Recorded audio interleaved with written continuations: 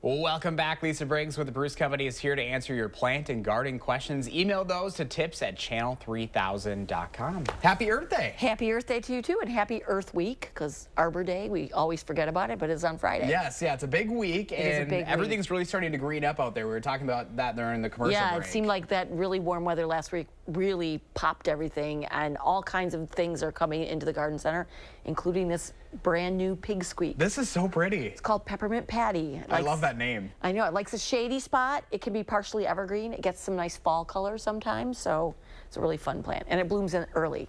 Which is good. Yeah.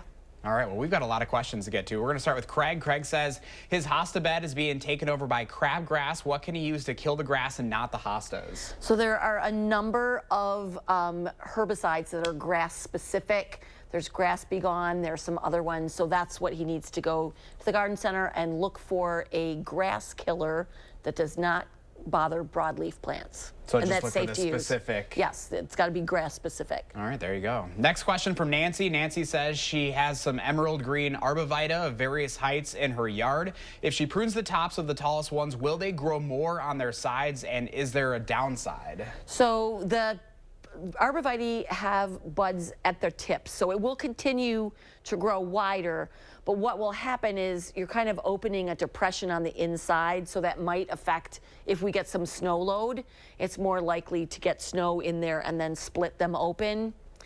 So it's not a super appropriate way to deal with, especially emerald green, because they're meant to be pointy. Okay. So next question from Gene and Coach. Is it too late to resituate bleeding hearts already blooming to a more suitable location? If it is, when?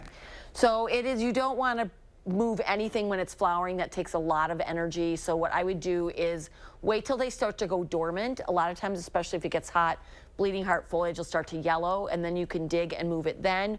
Or very early in the spring when you see that new growth just starting to come up. But once the flowering is happening, you want to leave that alone. And that's a general rule for any perennial. All right, next question from Rosemary. Rosemary wants to know the best flowering plants, annuals and perennials that are deer-proof. I know this is a big question for a lot of people. This is a big question, so I'm just going to give you a little list of things that deer don't like, or animals in general.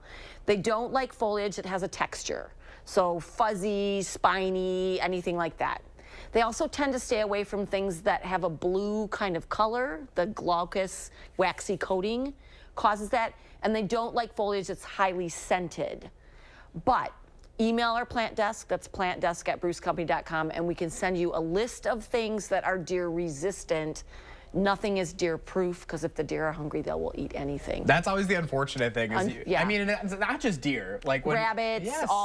all the critters. Yeah, they get in and they make it look all ugly. They're super cute. We like them in our yard, but then they eat the garden. Oh, it's a conundrum. Oh, it really is. All right, now let's get to Pauline's question. Pauline is asking how to trim blackcap raspberries. So if they're true raspberries, true black raspberries, what you need to determine is what time of year they are fruiting. So if they are fruiting like in June, that's when you get your crop.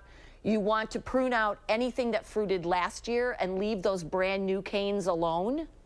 And if they are varieties that fruit later in the summer, like August into September, what you want to do is cut them to the ground all the way back, maybe just some stubble, and you can do that in late fall or early spring. So those kinds, it's a little late to do that now. All right, some good questions today. It was.